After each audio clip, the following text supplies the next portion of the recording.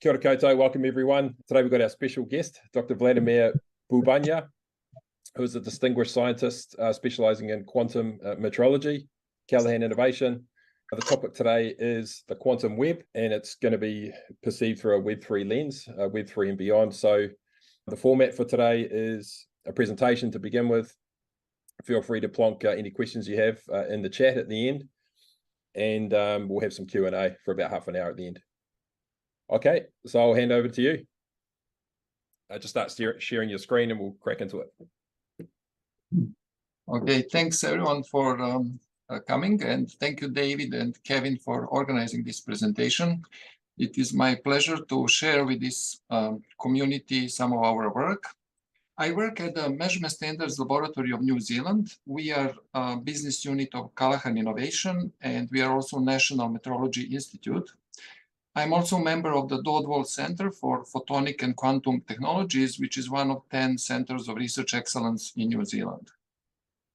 I will talk about some aspects of quantum information, which is considered one of the main scientific and technological developments at present. And this is the outline of my talk.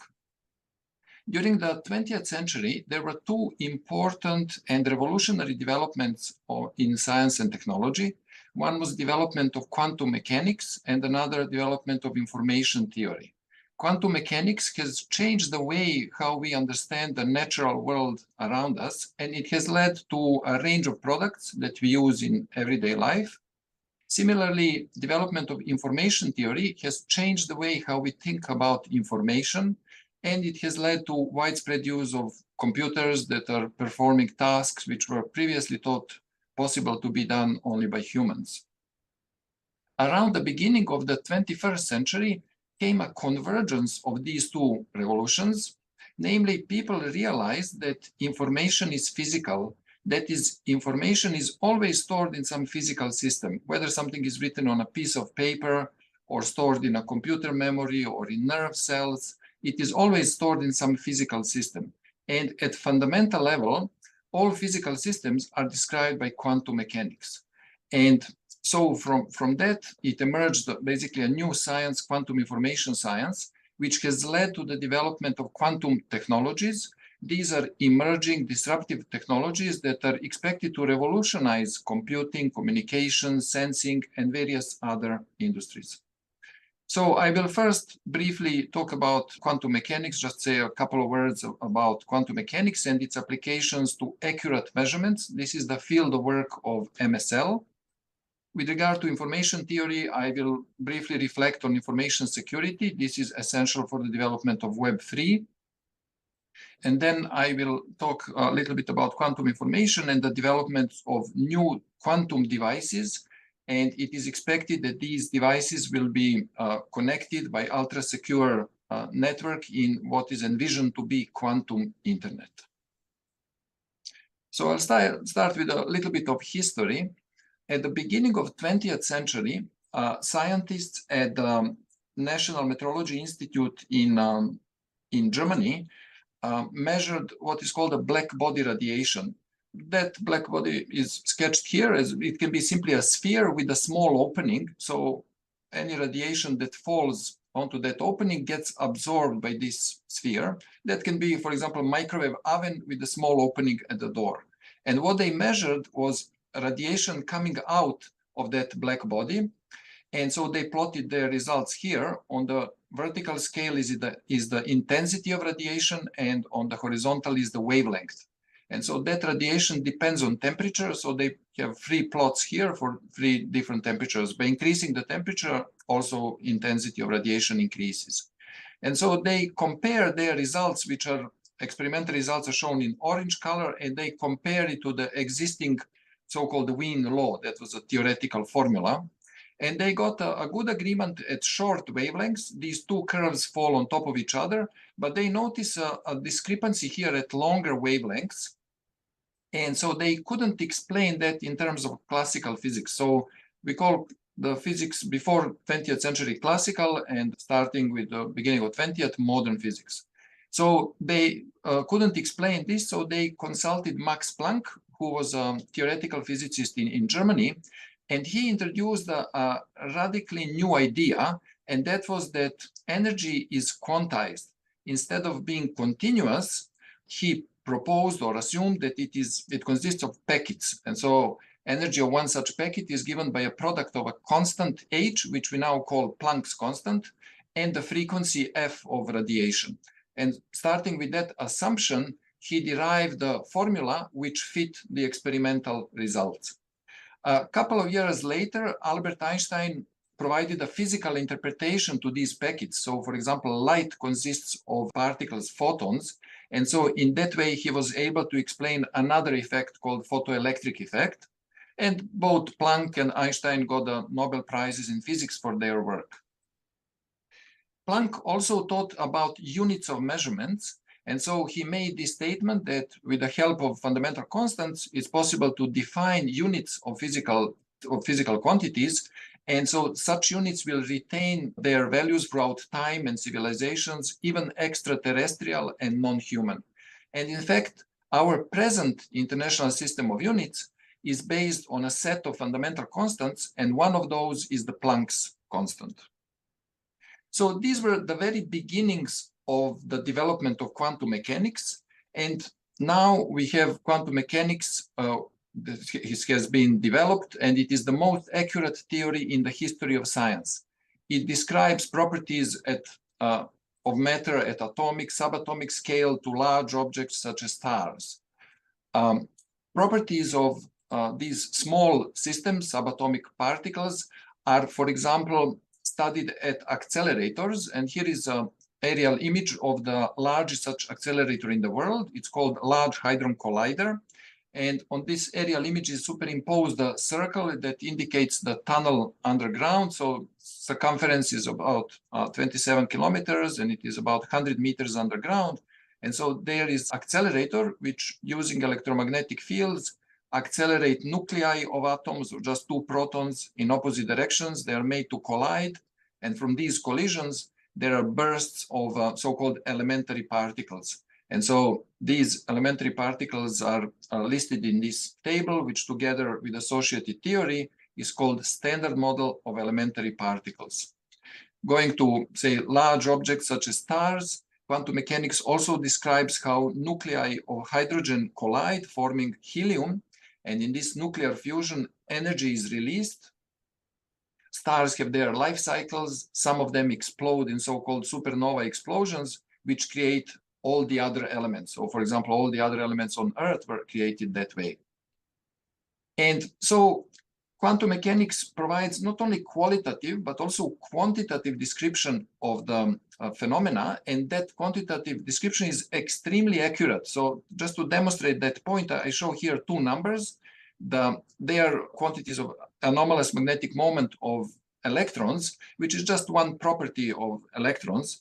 But what I wanted to show is that the top number is obtained by starting from principles of quantum mechanics and calculating that quantity, and the number below is obtained by actual experimental measurements.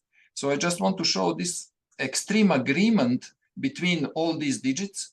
These numbers in brackets are uncertainty of last couple of digits, but here we can see extraordinary agreement. And in fact, there is no any other area of science that we can have such an agreement between understanding and the experiments. And so using that knowledge, it was possible to develop a range of products that we use. So, for example, from the understanding of the properties of semiconductors, it was possible to invent transistor. Transistor is the basic element of electronic chips, and these chips are used in computers, cell phones, cars, airplanes, etc. Similarly, knowledge of or understanding of the interactions between light and matter led to the invention of the laser, and lasers are used from cutting steel to eye operations. Then we have nuclear magnetic resonance and other medical instruments. In a word, everything that we call high tech was made possible by the development of quantum mechanics. And so we have that starting from detailed considerations of quite obscure phenomenon, black body radiation, now we have quantum mechanics, which according to some estimates underpins more than 60% of the world economy.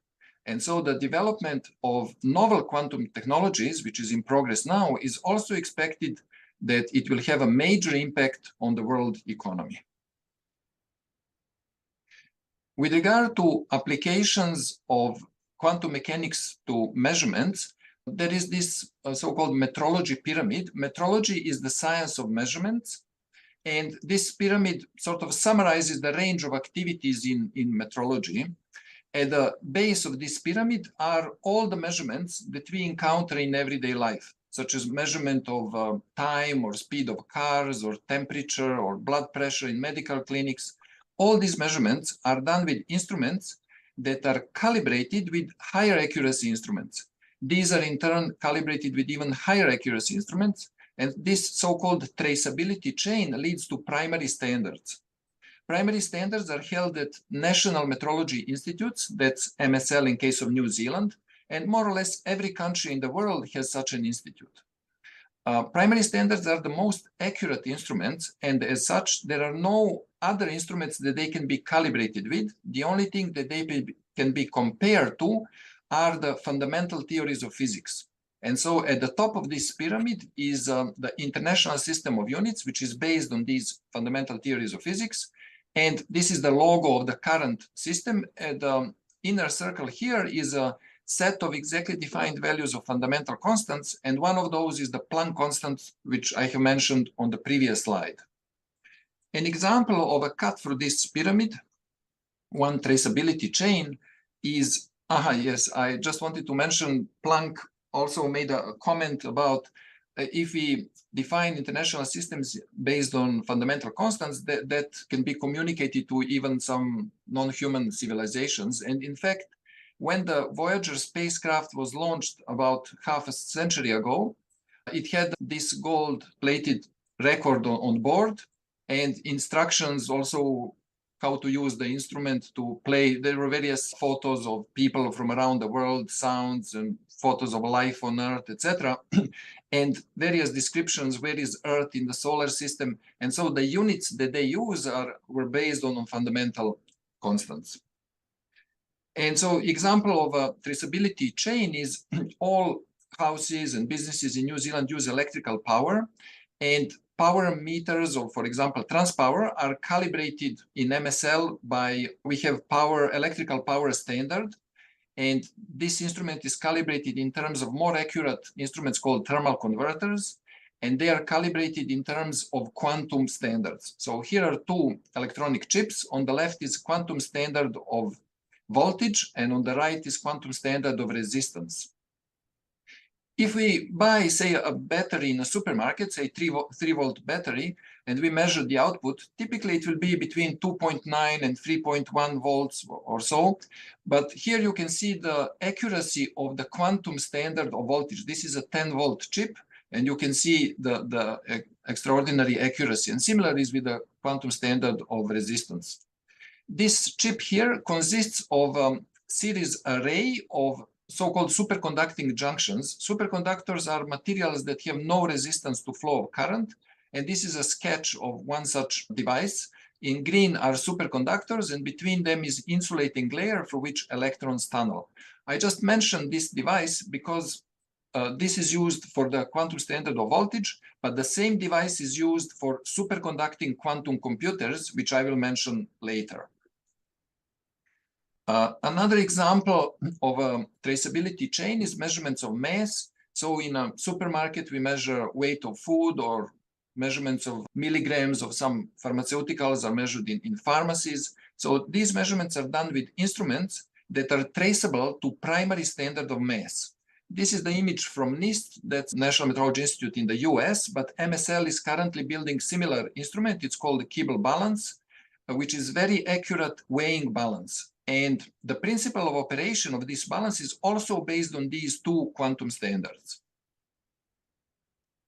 So that was a little bit about the development of quantum mechanics and some applications in measurements.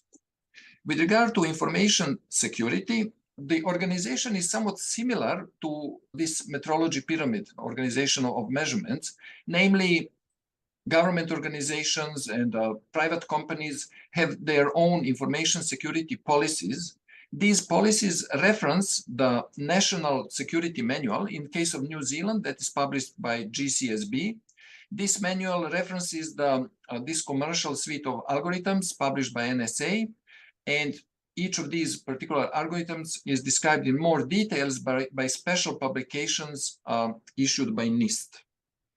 So just a couple of paragraphs from this National Security Manual, they describe that it is intended for government as well as public sector, private sector, and they say with increasing speed of computers, some of the cryptographic protocols are getting increasingly vulnerable, and they mentioned that RSA, for example, is expected to be deprecated on various protocols in terms of elliptic curve cryptography. But as I will mention on the next slides, also elliptic curve cryptography is expected to be obsolete soon. And so they recommend that agencies and companies keep track of these forthcoming changes. So here is this suite of algorithms where the various protocols are listed, such as Advanced Encryption Standard, Diffie-Hellman, RSA, elliptic curve cryptography, digital signature algorithms, etc. And all of them are specified in these special publications, such as Federal Information Processing Standards that are issued by NIST. So I will say a couple of words about the public key cryptography. So historically, in early 70s, NIST, so that is National Institute of Standards and Technology, National Metrology Institute in the US, analog of MSL in New Zealand. So they were called National Bureau of Standards. So they have published a request for proposals for standardized cipher for public key cryptography. In about, I think, 77 digital encryption standard was adopted, and maybe, if I remember correctly, 1990 advanced encryption standard, which is still in use today. And then due to the developments in quantum computing in 2016, NIST initiated a process for standardization of post-quantum, or sometimes called quantum resistant cryptography. With regard to public key cryptography, this is a simplified sketch, which is if we have two parties, say Alice and Bob, who want to communicate over public channel, the procedure briefly goes something like this. Suppose Bob wants to receive a message from Alice, so he publishes a public key. This is just a number that is accessible to anyone. Say if they communicate on the internet, it can be in principle accessible by anyone on the internet. And so Alice then wants to send some message. This is again a number. It is written in binary, just a sequence of zeros and ones, whether that can be a video or email, etc. That is always represented as a sequence of binaries, zeros and ones. And so she performs a mathematical operation that also uses this public key, and she obtains a result which is indicated here as E of M. And that is the encrypted message. That is just another binary sequence. And she submits that over public channel. And then Bob uses another private key. So this key is known only to Bob. That is another number. And he performs another operation, D of E, which decrypts the message. So he recovers the original message that Alice wants it to send. Because this is a public channel, like say optical fiber, so in principle, there could be eavesdropper that copy this encrypted message, but it is not feasible for them to try to decrypt without the knowledge of the private key, which only Bob has. So for this to work, one needs so-called one-way functions. So these are functions that are easy to calculate one way, but difficult to invert. So it is easy for Alice to just calculate E of M. That can be done quickly, but knowing E of M without the knowledge of a private key, it should be difficult to invert and recover M. And so essentially, presently, two such schemes are used. One is RSA algorithm, and another is elliptic curve cryptography. And I'll just say a couple of words about them. So with regard to RSA, there are a couple of steps that are done. I will not go through these steps, but will just emphasize the basics. So in order to use this scheme, Bob starts with two prime numbers, P and Q. So these are numbers that are divisible only by 1 and themselves. And he calculates a product of these two numbers. So N is P times Q, and he obtains that number. He then publishes this number. So this is the public key. Anyone can have access to this number. And Alice uses this number and encrypts her message and sends it to Bob. For any eavesdropper, in order to recover the message, to decrypt the message, they need to know the prime factors of this composite number.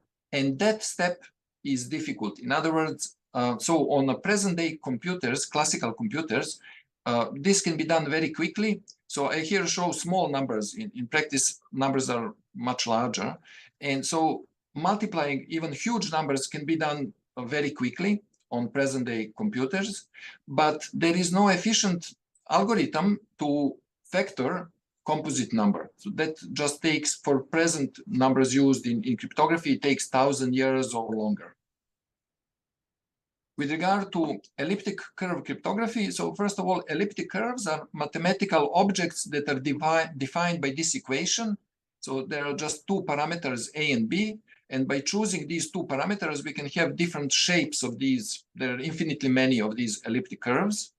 And then on any such elliptic curve, one can define operation called point addition. And that's done in the following way. If we have 2 points, we draw a line where that line intersects this elliptic curve. We flip it over horizontal axis. And that point is also, because of the symmetry, it's also on the elliptic curve. And that's called point addition. That is P plus Q. And so in cryptography, instead of these elliptic curves defined over real numbers, there are elliptic curves defined over so-called Galois fields. These are just integers. And so it's a little bit less easy to see that, but this set of points here, that is elliptic curve defined over a particular Galois field. And still the same operation applies. Having 2 points, one can define in the same way, as I mentioned before, one can define the sum of points. And the equation is the same, only modular arithmetic is used.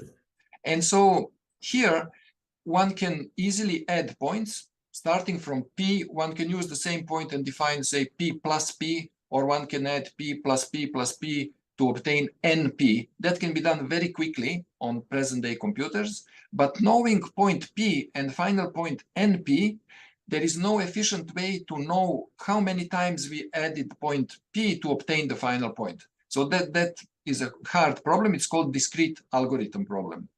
And so basically in cryptography, there are these two problems. One is factoring, which is RSA, and another one is this discrete logarithm problem. They cannot be solved, at least nobody knows how to solve that on classical computers. On the other hand, quantum computers can easily break this. And just to mention here, I said there are infinitely many elliptic curves. There is actually this website, Standards of Efficient Cryptography Group. They list a number of elliptic curves that are used in cryptography, and I just show here one of them. So it is just defined by these parameters. And it's called Koblitz curve. That is used, for example, by Bitcoin and most of the cryptocurrencies. Some of them use another one, but this is just an example. And so there are these commonly used cryptographic algorithms. And so there is RSA, elliptic curve cryptography, digital signature algorithms. There is an efficient algorithm to use on a quantum computer to break all of these. With regard to this advanced decryption standard and these hash functions, there is also algorithm to be used on quantum computer, but it is not as efficient as in this case. So the speed up here is quite large. It's exponential speed up, and here goes as a square root. So people generally now think that using larger key sizes can be used as a protection of a large quantum computer. The large quantum computer still doesn't exist. I will explain later, but the protocol for using algorithms exists. And so for that reason, NIST initiated, I mentioned in 2016, this post-quantum cryptography standardization. Last year, they selected candidates, and now they are being considered. And once the decision is made, then there will start the process of replacing currently used encryption protocols. And so I'm just here to mention that 3 of these 4 candidates use what is called lattice cryptography. And so that is, if we have 2 vectors, say V1 and V2, by adding them, so using integer numbers to add or subtract them, one can define a lattice of points. And so if these 2 vectors are not perpendicular, it would look like this. And that is for 2 dimensions. Having, say, vectors B1, B2, we can form lattice of points. And difficult problem, analog of what I have mentioned, factoring and this discrete logarithm problem, the analog problem here, which is hard problem, is finding the shortest vector if we know this set of points. So in 2 dimensions, like I show here, that would be easy to find. But in cryptography, multi-dimensional lattices are used. And so I have mentioned quantum computers can break the present cryptographic protocols. On the other hand, there is a field called quantum cryptography, which uses properties of quantum systems to secure communications. I will mention that also later.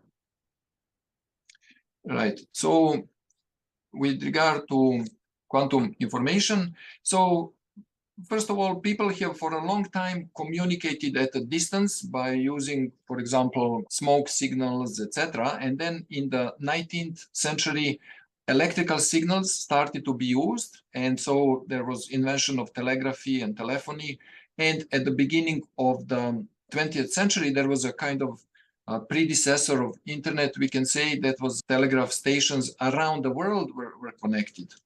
And then with regard to connecting computers, in 1969, there was a ARPANET where they connected 2 distant computers. One was in LA, another in San Francisco.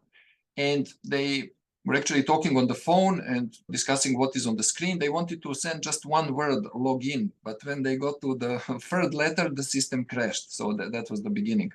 And then gradually they connected more and more computers, and there was development of various protocols. And some of the important protocols were actually developed to transfer data, large amounts of data that were collected at a Large Hadron Collider that I have mentioned. This is the largest accelerator in the world, etc. So there was development of technologies, and then usually it is summarized as Web 1, 2, and 3. There are no strict definitions of these, but roughly speaking, in the early 90s, mainly academic institutions were connected, and that was mainly stationary, kind of static web pages. Then from 2000s, more streaming was including, blogging, and so on.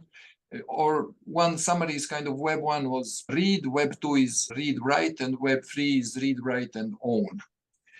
And then there are further developments, which I will mention, going to quantum internet. Just a couple of words about the history of the development of computers. The first known computer, this was analog computer, is this so-called Antikythera mechanism, which is shown here, and the replica is shown below. This instrument was surprisingly complicated. It is from around 100 BC, and it was used to calculate the positions of the planets and use that to decide when to hold Olympic Games.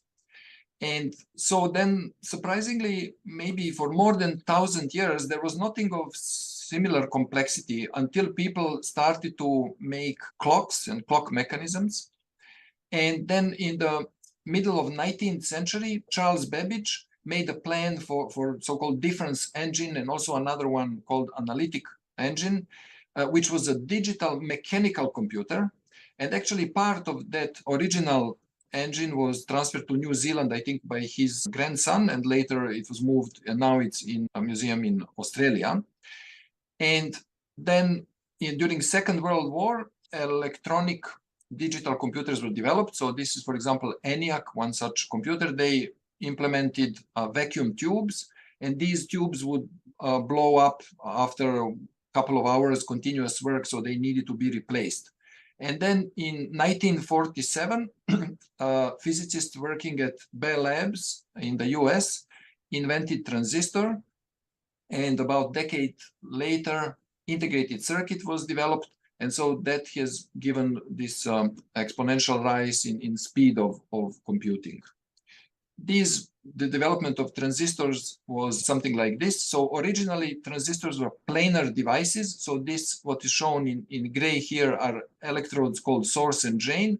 And between them is electronic channel, which on top of that has this so-called gate electrode. By applying voltage to this gate electrode, one can control passage of electrons underneath. So it is just like a tap of water. It can be opened or closed. And so by applying some voltage, there are two states off and on, which represent two binary states, 0 and 1. So digital representation. And then with miniaturization, these electrodes are made to stick out of the plane of the chip. And so that's called FinFET, fin field effect transistor. And now these electrodes are getting thinner and thinner, and they're approaching a single atomic layer. And then further projection is that these will become just one-dimensional. So from two-dimensional going to one dimension. And it's not sketched here, but the next step is these will become just points, zero-dimensional systems. And just here is a cross-section of such FinFET. And even with the current technology, 7 nanometer and 5 nanometer technologies, the number of atoms in that electronic channel is about a dozen of atoms. So replacing even one of these atoms changes the threshold voltage. So it changes the operation of the transistor. And on a chip, there are tens of billions of these transistors, and all of them have to operate reliably. So this is, in general, the most advanced technology that there is. And so there is only one company in the world who can make the latest, most advanced chips. That's Taiwan Semiconductor Manufacturing Corporation. And this is a little bit about our work. So this device this is atomic force microscope image of a single electron memory. So in the middle of this device, there is like a small box. I sketch it here as this square. And by operating this device, we can put one electron into that box that represents state 1. When we remove it, that box is empty and that represents state 0. So here, by using one electron, one can represent 1 bit. And that's the ultimate limit in the miniaturization of electronics. I have mentioned that with miniaturization, these materials are going to single atomic layer materials. And so these are some examples of the materials that we have investigated. So currently used material for chips is silicon. And when we get a single atomic layer, that's called silicene. And then another material is graphene. Silicene consists of atoms of silicon and graphene of atoms of carbon. When graphene is folded seamlessly into a cylinder, then we obtain so-called carbon nanotube. It's shown here. And this is a chip we have developed also with colleagues from Japan. These vertical lines are gold electrodes, and between them are carbon nanotubes. And so we have demonstrated transistor operation, so one-dimensional electronic channel. And we also considered sensing applications of these devices. We were interested in sensing individual molecules of water. And various groups around the world are working on similar sensors. The goal is to detect minute amounts of some dangerous substances, such as poisonous gases or explosives, etc. So I have mentioned three-dimensional, that single electron memory, two-dimensional materials, carbon nanotubes is one-dimensional. These are one-dimensional systems. They are called quantum dots. And example how they are made is there is some conducting material shown in light blue, and between them is in dark blue semiconducting material. Because of the small size, it is possible to controllably add 1, 2, 3, etc. electrons, and in that way one can form artificial atoms. One advantage of these artificial atoms with respect to natural ones when used in devices is that in these artificial atoms, one can adjust the energy separation of electron levels, while in natural atoms, they are fixed. And so just to summarize this discussion with regard to material science and also development of devices, material science has traditionally been heavily empirically based. So for example, making some material like famous Damascus steel, it took maybe hundreds of years. People tried starting with something like iron. They added various elements like nickel or carbon, and then changed the percentages and the process of heating and cooling until they get some desirable effects, such as strong material and yet elastic. However, this process is very slow, and as a consequence, humanity now is familiar with only a very small number of materials with respect to huge possibilities that can be made. And so computational techniques have considerably advanced in recent years, and so this experimentation is done now on supercomputers. And so that procedure is one can start, for example, with choosing some elements, atoms from periodic system, and then combining them to form materials and investigate their properties on a computer, or also assemble some devices, and then that can be 0 to 3 dimensions, and then in the laboratory testing those devices or materials, and finally making products. So in our case, we use New Zealand supercomputer for this work. These small quantum devices, they have one property of superposition, which is useful for computing and communications. So classical bits can be in states 0 or 1, while quantum bits or qubits can be also in a superposition. So they can be in states 0 or 1, but they can also be in these two states simultaneously. And they can be in these two states with various percentages. So they can be, say, 99% 0 and 1% 1, or they can be with equal proportion in these two states. And so usually qubit, quantum bit, is represented by this so-called block sphere. And so every point on this sphere represents the state of the qubit. And so this parallelism, being in two states at the same time, gives enormous advantage for computing and also for communications. I have talked a little bit about history of classical computing. So there was a development going from analog computers to mechanical, digital, electronic, etc. And so finally, this development settled on silicon-based transistors. They are devices that can very quickly switch between the two states. And for the last 50 years or so, that has been improved. Quantum computing is still in early stages. And so there are various approaches how to build a quantum computer. And what one needs is just this qubit, which is a two-state quantum system. So any two-state quantum system represents a qubit. And so the question is, how easy it is to combine such systems, how easy it is to control them, how quickly one can operate, etc. And so for that reason, there are a variety of approaches. One approach is using quantum dots. I have mentioned these quantum dots before. And just using two lowest energy states in a quantum dot can serve as a qubit.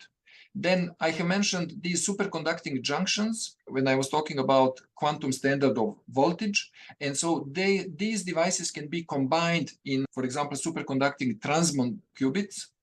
Then there are ion traps. So when we have atom and we take away one or several electrons, they become charged. So these are ions. And then using electromagnetic fields, one can trap them and perform operations. So that's also one approach. Then there are diamond vacancies, lattices of neutral atoms, or using photons. All these are approaches for building quantum computers.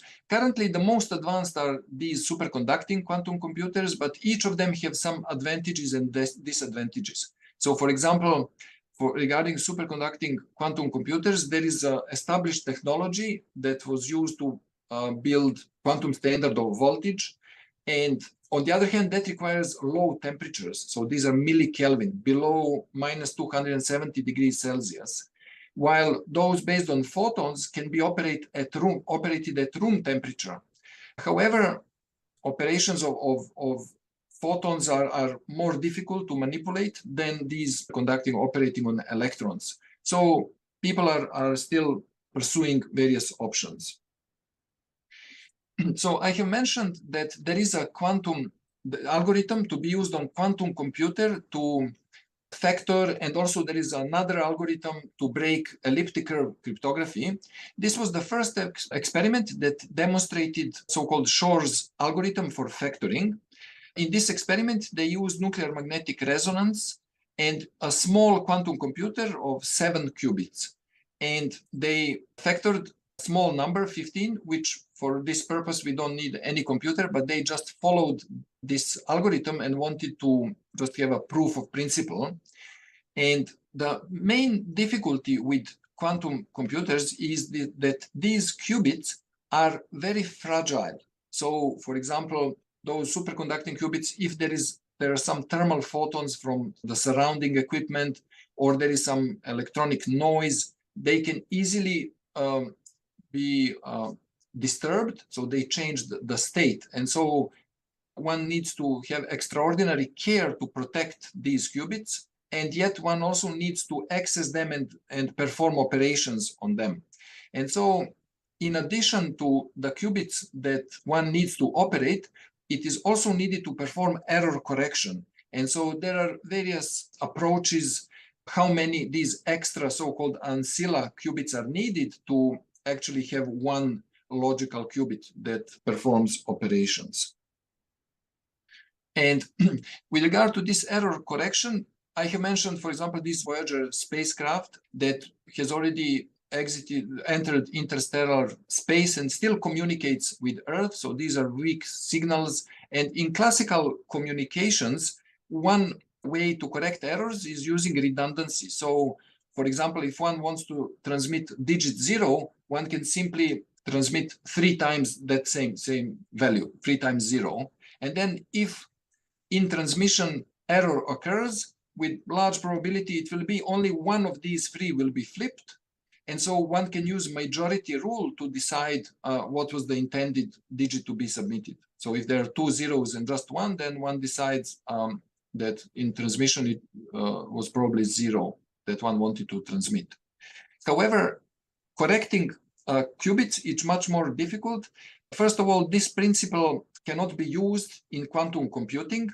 There is something called no cloning theorem. So if there is a state of a qubit, one cannot just copy and produce, form, say, 2 qubits of the same or 3 qubits of the same state. So that's not possible.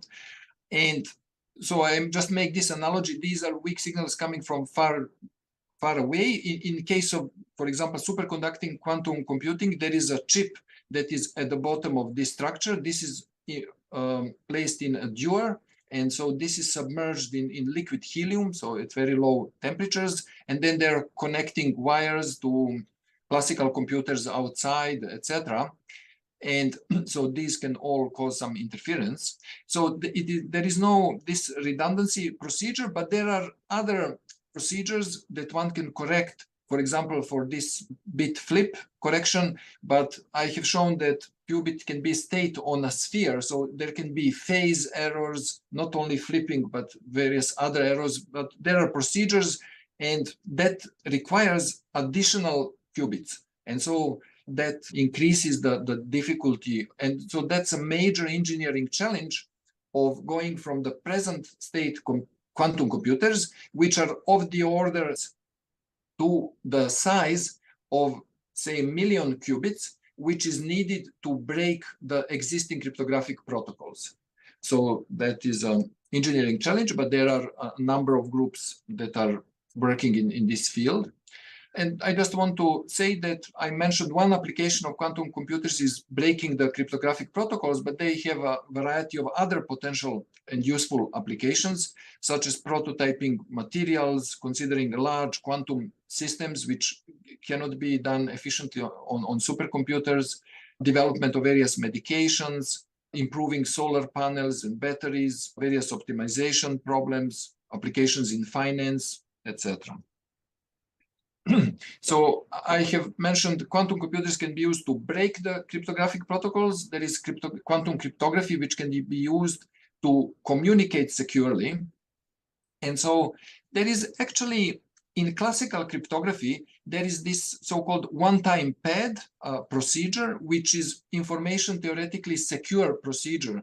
That is, if one starts with some message, one can add a random key and then transmit this sum of the message plus the random key. Because of this scheme being random, if somebody intercepts this message, they cannot recover the original message just because of this random key. However, that key has to be used only once, so that's why it's called one-time pad. If the key is used repeatedly, then there are techniques they can be used to recover the message. So, for example, in a language, letters have certain frequency appearing in some text, etc. So there are techniques if one uses the same key then to recover the message. And so to use this procedure, the parties originally need to be at the same place so they can share a pile of these keys and then they can separate and communicate. But with the present sort of communications over internet, distance computers, that's not practical. And so to use this, there is this problem called key distribution problem, and that is solved by quantum key distribution. So by sending, for example, photons that are used as qubits, one can protect the eavesdropping because these, I have mentioned, qubits are very fragile. So if there is an eavesdropper who attempts to copy or to measure the state of a qubit, the communicating parties can detect that. And so these physical properties of qubits are used as security in communication. So current cryptography uses some mathematical functions that are considered difficult to invert, to solve on present-day computers. But just like this classical cryptography has been used for maybe 50 years, but then came up this algorithm that can be used on different type of machines, on quantum computers, which can break that. So this procedure that is called post-quantum cryptography or quantum resistance cryptography just relies on present day of knowledge and assumption that it will be difficult or nobody knows how to solve these lattice cryptography problems even on a quantum computer. But there is no guarantee that that's not possible. It's just it's not known. And in quantum cryptography, one actually uses fundamental principles of qubit to ensure security. There are some disadvantages. They are slower than presently used cryptography. So maybe in limited applications, they are currently used. An example of this quantum key distribution is shown in this experiment. There is original message that is decoded, looks like this, and they used quantum dots. So I have mentioned these quantum dots before. A couple of words about general trends in this space. So there are relatively large public investments. For example, UK started with national quantum strategy about 10 years ago by investing $1 billion. This year, they have more than doubled that, a new investment. Also, US has a similar national quantum initiative. European Union has 3 large and long-term called flagship research projects. One is about quantum technologies. Another one is about graphene. So that is the material single atomic layer of carbon that I have mentioned. And the third one is about brain. But in addition to this, at the level of European Commission, also individual countries have similar scale investments. For example, Germany, Netherlands, France, etc. China might be actually the largest investor. Just one institute has an investment of 10 billion, but there are multiple streams and programs, and similarly other countries. Also, there are private investments by large companies who are working on quantum computing and quantum communications, and there are more than 200 startups. Some are small, some medium-sized, some are development hardware, another just software for these quantum technologies. This is the image of the first commercial quantum computer. It was made by a Canadian company, D-Wave. And there are estimates of future projections that in perhaps several decades, this kind of sector will be over $1 trillion. And so I have mentioned these various quantum devices, such as quantum computers, quantum sensors, and the vision is to connect them by ultra secure quantum communication devices in something that is projected to be quantum internet. And so in conclusion, we are in the midst of a quantum information revolution with unimaginably exciting promises. Thank you very much for your attention. Okay. Thank you for that. I've just got a few questions actually. Yeah. So, you talk about how energy is quantized. Yeah. And I think part of the problem with quantum cryptography is that if something's quantized, it can be measured. And so there's a startup in Australia currently who are using human neurons in computer chips. And one of the challenges they have is that it's imprecise. And so it's non-quantized. So is there a possibility for cryptography solutions to come out of that kind of technology?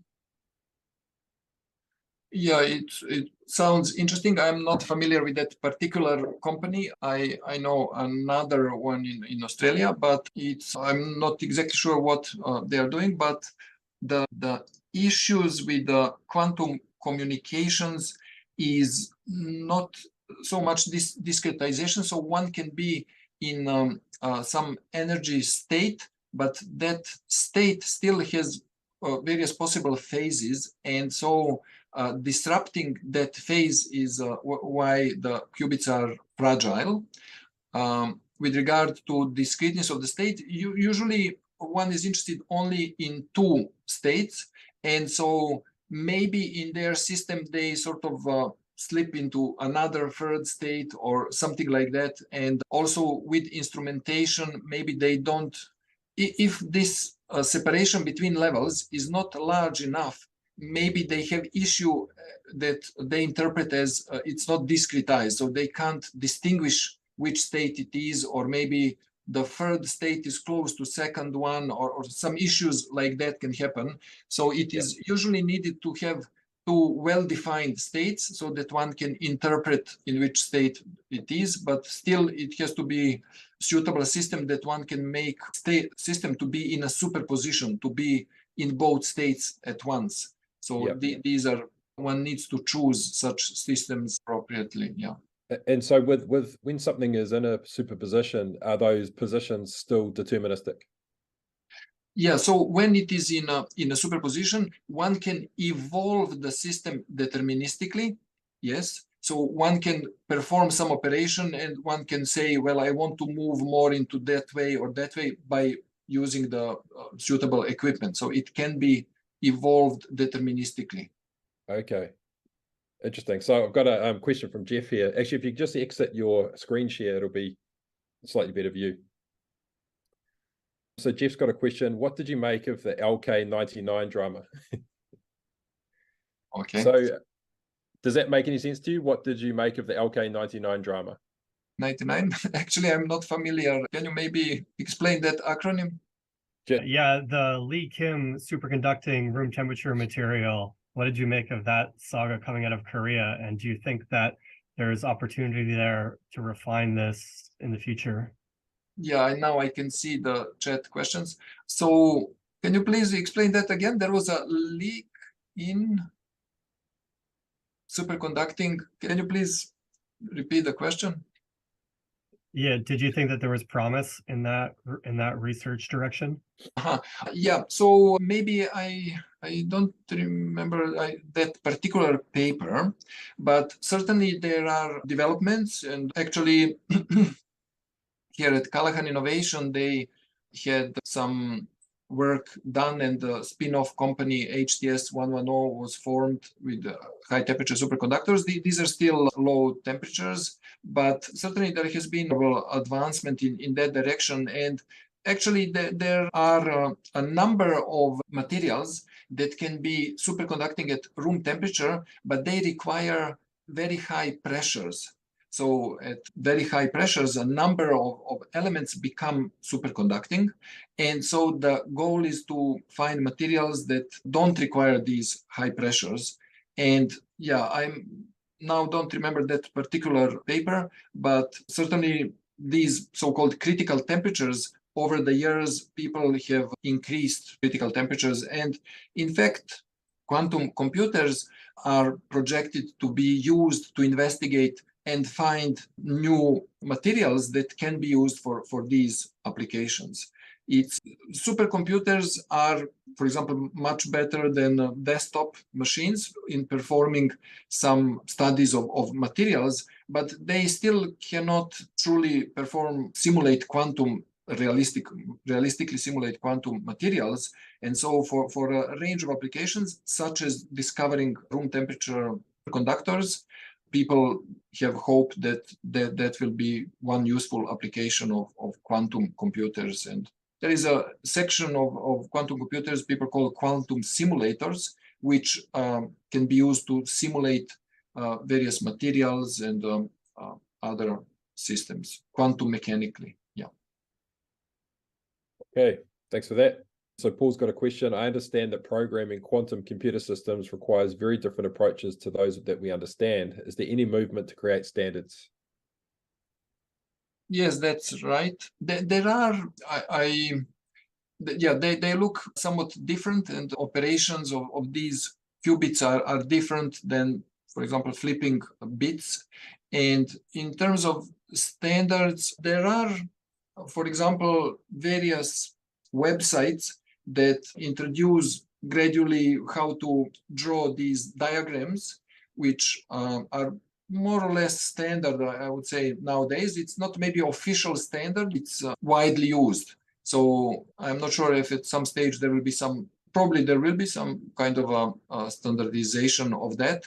But there is for example, standardization in terms of devices that are being developed. So people are planning, for example, for these quantum communications to introduce standards, what definitions of one of the protocols, one of the properties of these systems is entanglement.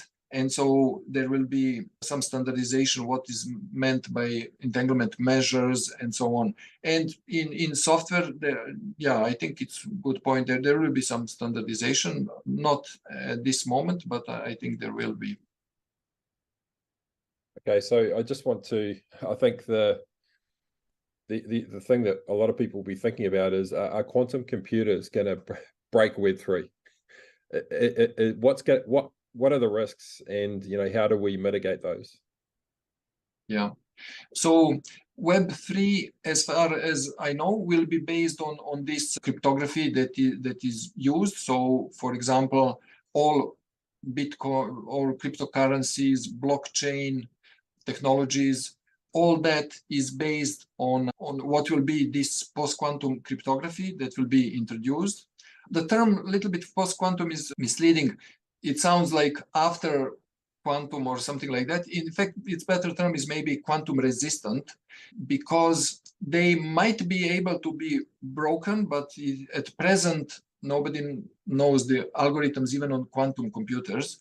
And so it is generally believed that these, for example, lattice cryptography that will be used in several years. Actually, these processes take some time to replace all the existing cryptographic protocols, but currently it is believed that these will be safe to use even when quantum computers come online. So it's in general, what is currently happening is that although people cannot break the existing protocols, but there are, for example, nation states that are using what is called harvest now and decrypt later. So it is easy to copy a lot of communications now and store, and then once quantum computers become of sufficient size, that can be decrypted. And some communications, like some diplomatic communications, etc., are meant to be secure 30 years from now or even forever. And for that reason, people are in this process of standardizing post-quantum cryptography or quantum-resistant cryptography. So blockchain Web3 will use this post-quantum cryptography, which is now being standardized. Yeah. So this technology is symbiotic. It's not going to replace anything like Web3 or blockchain. No. Yeah. Yeah.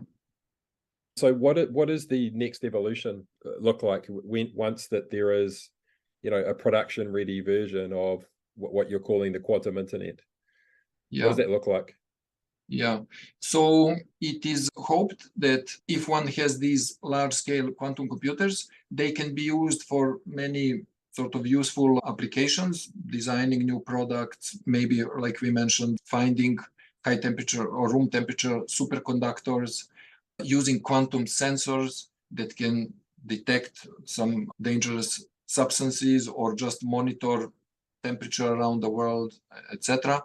And all these communications can be connected by using that quantum key distribution protocols, which cannot be intercepted. And there can still be some classical computers that are used for tasks that are basically used now. Some of them will be more efficiently done on quantum computers, but they can still operate. And so it will be like enlargement of another layer of the, say, Web3. So another layer on top of that for other functions. Yeah, it's in the Web3 space, it's quite common to people are trying to get the space in between verifiable transactions as small as possible. A nano transaction, and when I think about the quantum factor, it's kind of like it makes that space just unrecognizable potentially. Yeah. But there's a capacity problem with that. And I think does the quantum internet solve the capacity problem of verifiable transactions? Yeah. So there are various kind of things that people think about these verifiable transactions. So for example, people talk, let's say in cryptocurrency, etc., these proof of work, proof of stake, and actually I will just share the screen here. So there is this area of random number generation, and so that's used in various protocols on the internet, and it is also required in these verifying transactions, etc. And so people are thinking of adding another one, which is called proof of randomness. And so in general, random numbers have an important role in cryptography. And I just want to mention the development of quantum random number generation. So random number generators can be software-based and hardware-based. So currently in computers, they are using some mathematical functions, and they're called pseudo-random number generators. So there is a mathematical function that just outputs numbers that for the observer who doesn't know the function and what is the input into that function, these numbers look random, but they are actually deterministic. So if one starts with the same number, you always will come the output number. So they just look difficult to predict which is the next number if observer doesn't know the function, etc. There are also hardware numbers that are used for various applications. And again, these are based, if we consider like a coin toss or roulette or temperature variations, etc. They, for the observer who doesn't know the details of the process, they look random. But in fact, everything in classical physics, if we know the exact position of the coin initially and with which force we flip the coin, one can actually calculate what will be the outcome. On the other hand, in quantum mechanics, it is non-deterministic part of the measurement. And so I just want to mention here that with the Internet of Things and many things connecting, there were a number of attacks, for example, on random number generation. So, for example, it was known that Bitcoin on Android, for example, was possible to hack. Then there were like Sony had maybe PlayStation, some hacks, and a number of known attacks on random numbers. And yeah, this is also another one. I have mentioned these elliptic curves. They can be used to generate random numbers. And this is also used for that, what you ask about verifying the transactions. And there was a well-known so-called elliptic curve deterministic random bit generator that was published by NIST, and that had a backdoor. And so this received a lot of media attention a couple of years ago, because this was actually required to be used for those who need certification under this federal information protocol standard. So there are known attacks on random numbers. And so I have mentioned that qubits can be in a superposition, so they can be simultaneously state 0 and 1, and then measurement of that is actually stochastic. So that cannot be predicted. So if the qubit is here on this equator, so equal composition of 0 and 1, if one measures, it will be the result 0 or 1, but that cannot be predicted. So that is a stochastic part. And actually, MSL in light standards has started developing one random number generator based on photons. So in any case, that's related to that area that you asked about, verifying transactions. Yeah. Very interesting. I think, because at the end of the day, you can select something that's non-deterministic, but there has to be a deterministic outcome. And I think what people are seeing, what we're seeing in Web3 now are, rather than people trying to make something totally trusted, it's producing a risk score, out of 1 or out of 10 in each moment. So this transaction is 0.9 out of 1 trusted. And in each moment, it's producing another score. And I think that's kind of, if it gets down to a 0.3, there could be an issue. But then it comes down to the whole system has to be, trusted. Yeah. So are you doing any work on trustless systems, like systems that can be entirely trusted, or is it more just to do with the cryptography? Yeah, we are not actually working in that area, but I think it's an important area of these systems that you describe. It's just for us, we are concentrating on these developing devices that are very accurate, and they are at the top of this metrology pyramid. So to ensure accuracy of measurements in New Zealand.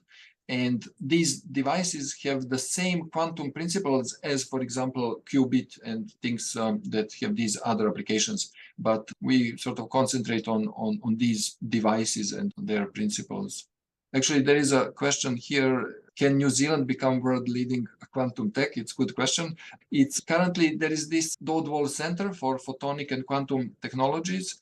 And so that is kind of center of people from like us from MSL and universities, where different groups are working in this area.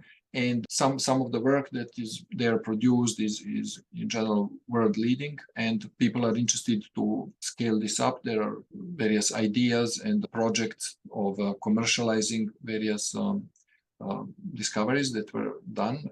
And so hopefully it's a bright future.